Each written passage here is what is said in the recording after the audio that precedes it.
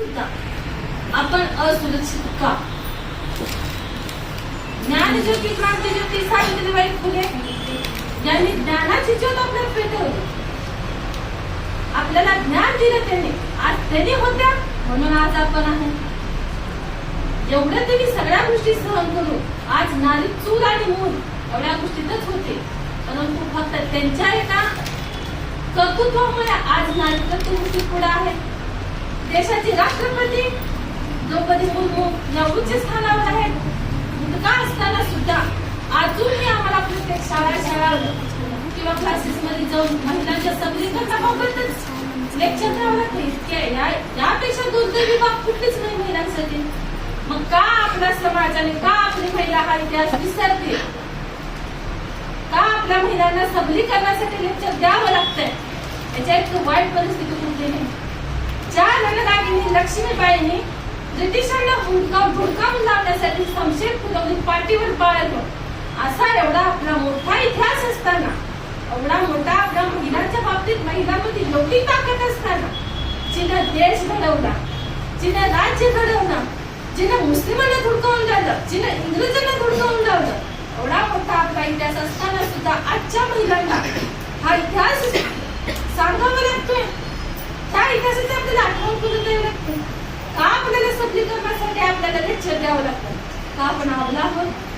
अहो, आपण आपल्यामध्ये इतकी ताकद आहे, आपण हे विश्व घडवू शकतो, पुन्हा जन्म देऊ शकतो, लेकरांना जन्माला घडवू शकतो. या गोष्टी कुठेतरी आपल्या महिला विसरत आहेत, कुठेतरी आपल्या मुली विसरत आहेत. का तर ह्या अशा प्रकारामुळे कुठेतरी सामूहिक बलात्कार, कुठेतरी एखादा फोन मोठा येतोय, भयांवर अन्याय अत्याचार करतो. का तुमच्यात ताकद नाहीये? तुमच्यामध्ये ताकद नाहीये का? का नाहीये? तुम्ही इतिहास विसरताय. तुमच्यामध्ये ताकद आहे, तुम्ही सगळ्या गोष्टी करू शकता. तुमच्यामध्ये ताकद ओळखा आणि तुमच्यातली ताकद ओळखून तसं वागा. आजची आपली महिला काय करते? मला मान्य आहे, इथं बसलेल्या सगळ्याच आणि जगातल्या जेवढ्या काही महिला आहेत त्या अतिशय महान आहेत. ज्या देश चालवते, ज्या घर चालवते, ज्या समाज चालवते, ज्या आपल्या पोरांना लहानाचं मोठं करून एक महिला पूर्ण घर सांभाळते, देश सांभाळते, राज्य सांभाळते, समाज सांभाळते, दोन्ही घरी दिवे लागते. माहेर आणि सासर या दोन्हीमध्ये सांगड घालण्याची ताकद फक्त महिलांमध्ये, पुरुषामध्ये नाही. मग का पुरुषाच्या भीतीने महिलांना सबलीकरणासाठी ताकद निर्माण करण्यासाठी त्यांना लेक्चर द्यायची गरज काय? तुम्ही तुमच्यातली ताकद हो. आणि असे काही प्रकरण आज आपल्या समाजात घडतात, या बाबतीत थोडंसं लक्ष द्या, स्वतःची ताकद ओळखा आणि असा कुठला नराधम आपल्या समोर येतो त्याला ठेचून काढा. तिथं तुम्ही म्हणत असाल आम्ही गुन्हा दाखल करू, आम्ही हे करू, आम्ही ते करू, आम्ही कोर्टात जाऊ, काही गरज नाही. तुम्ही स्वतः सक्षम राहा, तुमच्यामध्ये ताकद निर्माण करा की ज्या त्या ठिकाणी जो तो कायदा, ज्या त्या ठिकाणी मी स्वतः निस्तार आहे, माझ्यात तेवढी शक्ती आहे, माझ्यात तेवढी धमक आहे, मी नाऱ्या आहे म्हणून मी आबला नाही, माझ्यात तेवढी धमक आहे की पुढचा एक बोला तर त्याच्या कानफडात लगावून त्याला तिथंच मी गाड करेल.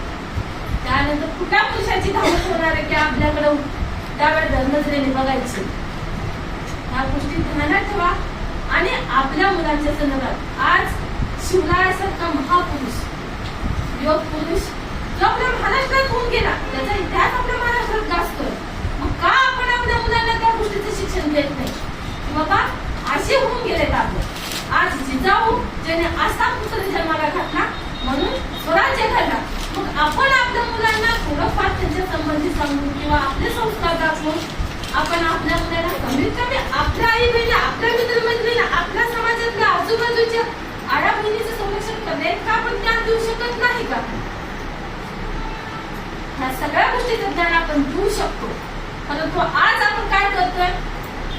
व्हॉट्सअप, मोबाईल, इंस्टाग्राम, टेलिग्राम याच्यामध्ये गुंतलो. मला म्हणायचं नाहीये, मला गोष्टी काळानुसार बदलल्या पाहिजे, पण कुठल्या गोष्टीचा कितपत उपयोग आपण केला पाहिजे हे पण तितकंच महत्वाचं आहे. इंस्टाग्राम ठीक आहे, व्हॉट्सअप ठीक आहे, मोबाईल मध्ये नेट अवेलेबल ठीक आहे, या कशासाठी अवेलेबल ठीक आहे, तर काही ज्ञानाच्या गोष्टीसाठी आपल्याला ते ठीक आहे. परंतु आज आपण काय करतोय, आपलं मुलं अभ्यासाला बसवतोय आणि आपण व्हॉट्सअप बघत बसतो. तिथं आपली कुठेतरी चुकत असेल, दोष आपण मुलांना देतो, पण तिने आपलंच अनुकरण करणार ना. तर ह्या गोष्टी बाजूला ठेवा. माझं प्रामाणिक मत आहे, आज कुठलाही या गोष्टी जर तुम्ही स्वतःमध्ये बदल करा, मुलं आपोआप घडतील. मुलामध्ये बदल घडवा. जिजाऊ मातांनी ज्या गर्भात शिवाजीराजे होते त्यावेळेस त्यांना डोहाळे कुठले होते, तर घोड्यावर बसून ते पेट मारायचे होते. त्याने गर्भालाच त्यांनी संस्कार दिले, म्हणून शिवाजीराजे म्हणून इतिहास घडला. आणि आज 1600 मधला इतिहास सुद्धा आज आपण बोलतोय. कारण का, तर ती राजमाताची चव, छत्रपतींचे राजे शिवाजी महाराज यांचा इतिहास आहे आपल्याला गवा. हा थोडंसं आपल्या मुलांकडे लक्ष द्या, आपल्या मुलींकडे लक्ष द्या, त्यांना सांगा, शिकवा. थोडंसं आपणही बदल करा. आपला अमूल्य वेळ हा आपल्या मुलांसाठी द्या, आपल्या स्वतःसाठी द्या. असं नाही आपण पण आपलं आयुष्य जगलं पाहिजे, आपलं पण करिअर आपण घडवलं पाहिजे. स्वतःच्या फिजिकल दृष्टिकोन आपल्याला लक्ष द्या, स्वतःचं फिजिकल